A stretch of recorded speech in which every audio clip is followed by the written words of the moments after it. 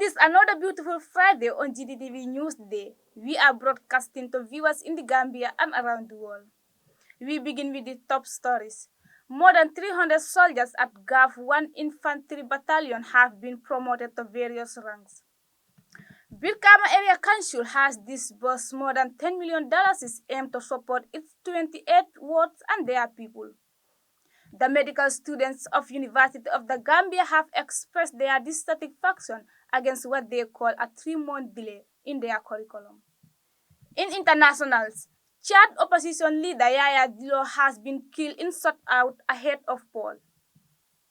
Zambia has declared national emergency over drought. Those are the headlines, and now the news in detail. Stay tuned.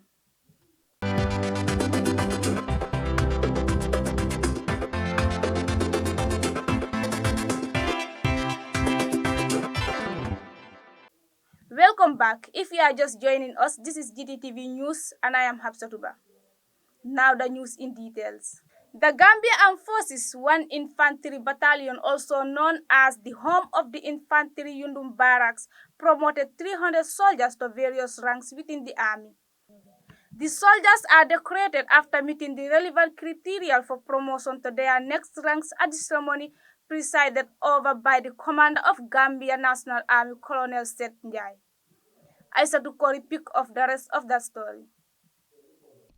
The decorated soldiers are from 4 battalions of the Gambia National Army and the Defense Headquarters, from Lance Corporal to Staff Sergeant.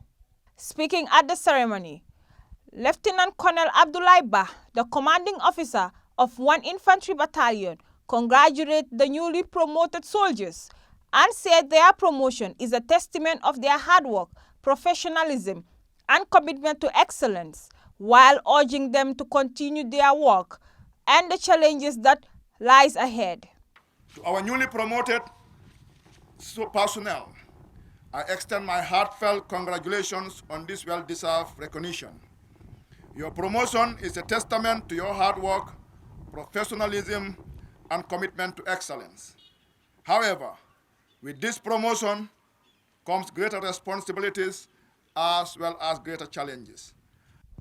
Usman Bojang, the governor of West Coast Region, thanked the families of the promoted soldiers and said it is very inspiring to see such a decoration ceremony and seeing women serving in various roles, adding that as a government and society, they will continue to support the military in their endeavors to protect the nation.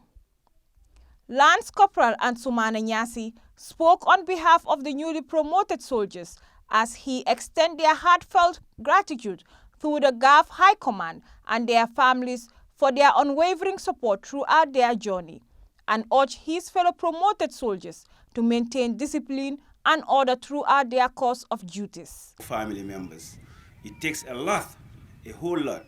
Some of us have actually tried when the military started, but I can tell you most of our family members were not keen in letting us in to the army because they think it was just a death trap. And to see how we serve today is very tremendous to see. But most importantly, one thing that really caught my eye here, that I want to catch every single person's eye, is the gender balance that I see in the military here today.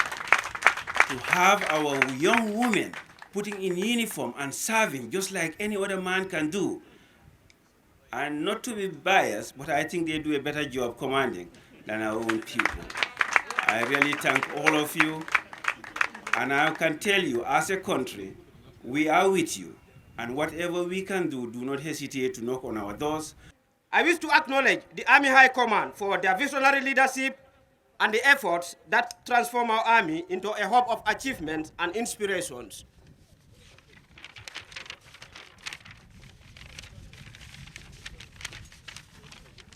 I would also like to thank our families for their encouragement and cooperation. Your devoted support and belief in our abilities have been our pillar of strength throughout this journey. However, I would like to thank the promotees for their unwavering commitment, expertise, experiences, and dedication have played a pivotal role in shaping the armed forces. Our most prized possession, the stars of the day, We will all display our exceptional talents, perseverance, and dedication to raise the Gambia flag high. Furthermore, to those promoted today, allow me to state this.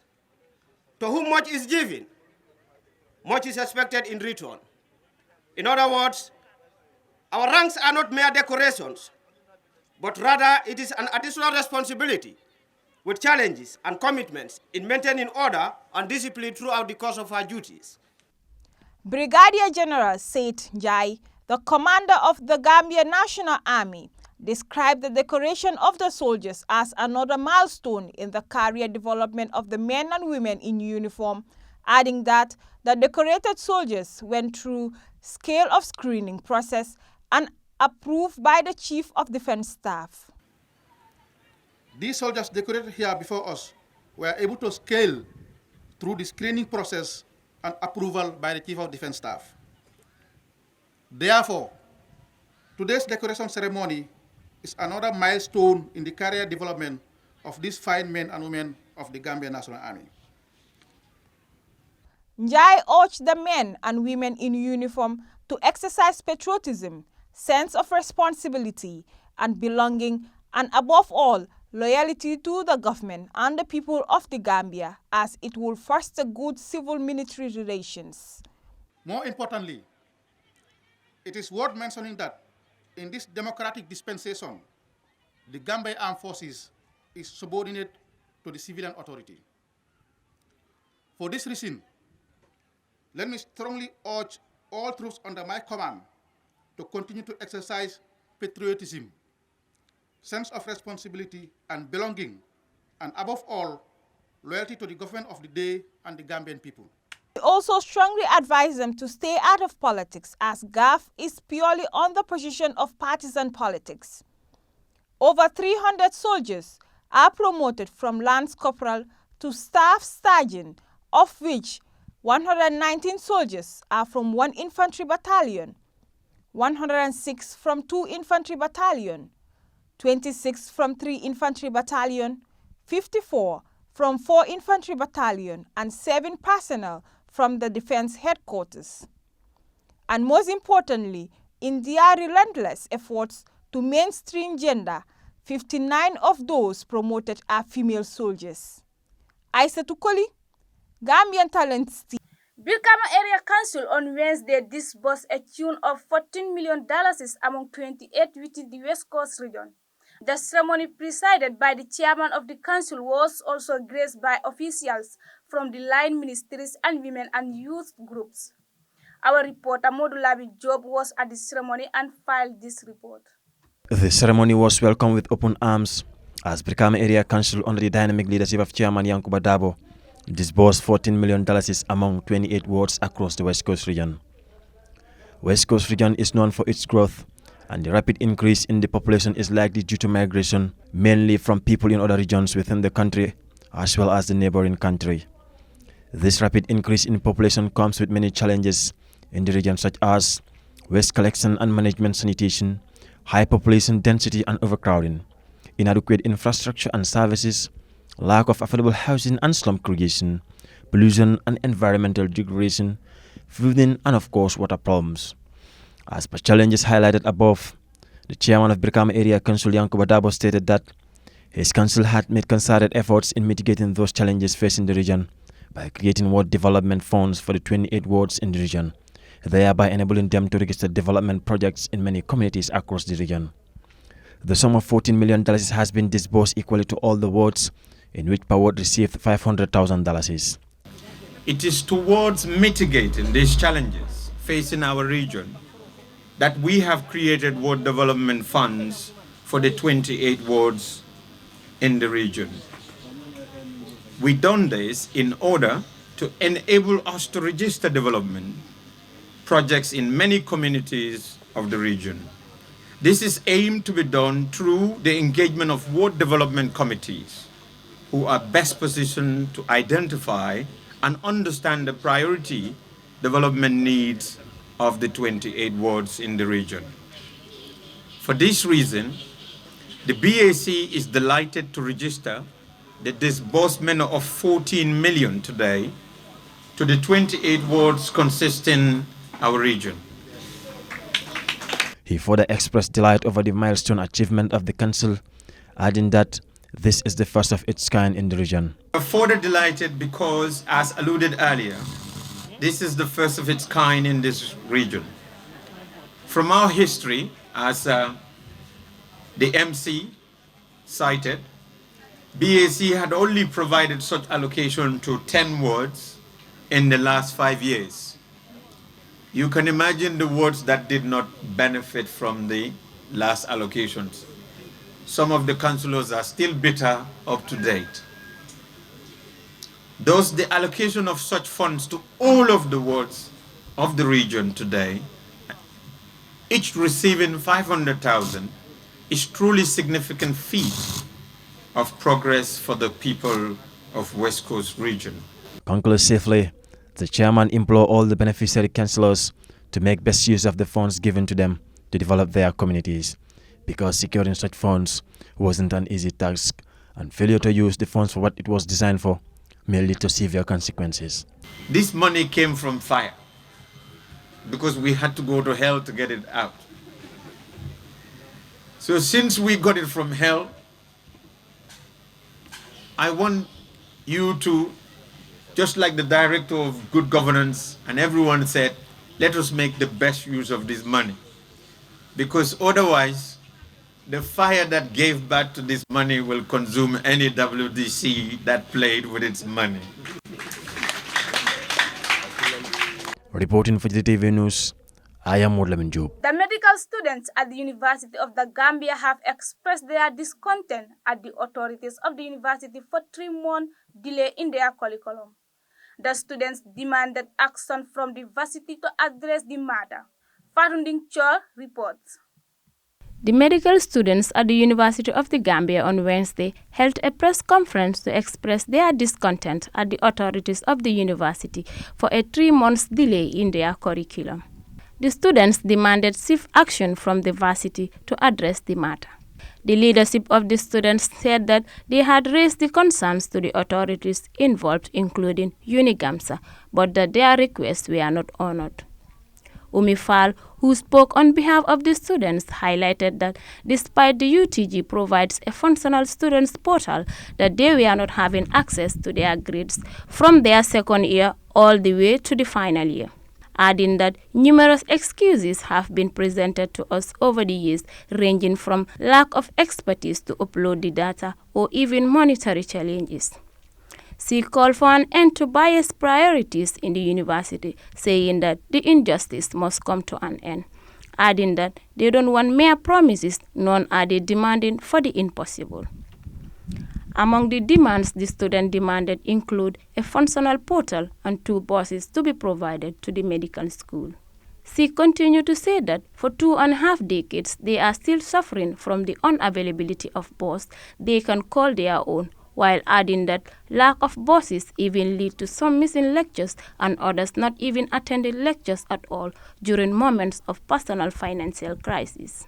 The medical students, who are 408 in number, demanded an unending frustration regarding the lack of permanent dormitory for the medical students, as they said that more than 300 students are obliged to travel daily due to the unavailability of a permanent dormitory. The students also call on the intervention of the Chancellor and other relevant authorities while raising their voices and concerns over the dire need for a permanent dormitory. They said in a statement that they humbly solicit help from the Chancellor in this cause, saying all they need is a sum of $2 million to be given as grant either by the government or the Chancellor yearly. Fatunding Chor, Gttv News. Well, that story from Fatunding Chor will now lead us to our second commercial break. When we come back, we shift our attention to international news. Stay tuned.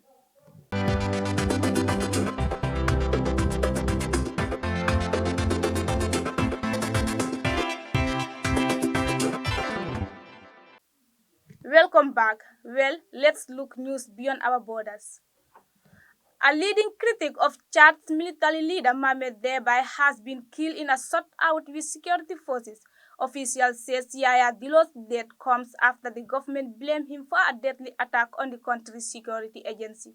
He denied the accusation. Fune Jallo has the rest of the story. On Wednesday, heavy gunfire was heard near his party's headquarters in the capital of N'Djamena. Mr. Diallo was also a cousin of President Deby, who has been in power since 2021. Mr. Deby was named by the army to succeed his father, who was killed by the rebels after 3 decades in power. The unrest in the Central African country follows the announcement that presidential election will be held on 6th May. These elections are intended to return the country to constitutional rule before his death. Mr. Diallo was widely predicted to his cousin's main opponent in the election. He was the leader of the Socialist Party Without Borders, PSF. Communications Minister Abdurrahman Kulamalo told the AFP news agency that Mr. Diallo had died on Wednesday, where he had retreated at the headquarters of his party. He didn't want to surrender and fire on law enforcement. The authorities said 12 others also died in the shootout. Mobile phone and internet networks in the Chad has been down since the reported attack on the National Security Agency ANSE headquarters. Amere Huchat, a journalist based in N'Djamena, told the BBC on Thursday evening, for 24 hours people have not had access to the internet. Only a few hotels have access. He added that Mr. Diallo's death has raised doubts about whether the election could still be held as planned. On Wednesday, Mr. Diallo said the accusation he was behind the ANSE attack was intended to make me afraid so that I don't go to the election. The PSF denied the government's version of events, saying its members were the ones who had come on the attack. The party's general secretary told Reuters news agency that soldiers had targeted them while they were trying to retrieve the body of their colleague, Ahmed Torabi. Mr. Torabi had been arrested and shot dead on Tuesday before his body was dumped outside the ANSE building, the PSF said. The government has accused Mr. Torabi of attempting to assassinate the president of the Supreme Court. This was not Mr. Diallo's first violent run in the security forces. When running against the current president's father, Idris Deby, for the presidency in 2021, state forces killed Mr. Diallo's mother, son, and 3 others, the PSF said. At the time, the government contested the PSF's death toll, saying 3 people had been killed. Fune Jallo, Gttv News. Zambia's President Hakainde Hichilema has declared a national disaster to tackle the prolonged drought affecting the country. Addressing the nation on Thursday afternoon, Mr. Hichilema said 84 districts out of a total of 116 were affected. Rohisani reports. Zambia has been experiencing poor rain, with fears mounting that the country may experience hunger and struggle to meet its electricity demands, as most of its energy is from water source. Water level at Kariba Dam, which Zambia and neighboring Zimbabwe use for hydroelectricity, had fallen to about 11.5% of usable storage as of last December. The president said the drought will affect the generation of more than 450 megawatts of power. He said almost of half of the land used for planting crops have been affected by the dry spell. Mr. Hichilema said his government will work to ensure that additional maize and other food was brought into the country to make up the deficit. He said he will use Zambia Defense Force in this fight to save our lives and save families and create a longer-term solution to drought, adding that they will work together to get farmers to plant more crops. We shall also enhance the social support program for the farmers that have been affected by the drought. His government called upon all our local and international partners to avail any excess food on hand to provide relief. Some partners have already extended their commitment to offer their support, such as the British, the UN system, the World Bank. An estimated 1 million farmers have been affected by the drought. Mr. Hichilema said his government will work with different stakeholders, opposition, politicians and the church to tackle the situation. Social media has been awash with videos, pictures of failed and dying crops. Reporting for Gttv News, I am Rohisani. That brings us to the end of this news bulletin, but before we take our leave of you, here are the top stories once again. More than 300 soldiers at GAF 1 Infantry Battalion have been promoted to various ranks. Birkama Area Council has disbursed more than $10 million aimed to support its 28 wards and their people. The medical students of University of the Gambia have expressed their dissatisfaction against what they call a 3-month delay in their curriculum. In internationals, Chad opposition leader Yaya Dilo has been killed in shootout ahead of poll. Zambia has declared national emergency over drought. I have been your presenter in this news bulletin. Have a nice weekend and bye.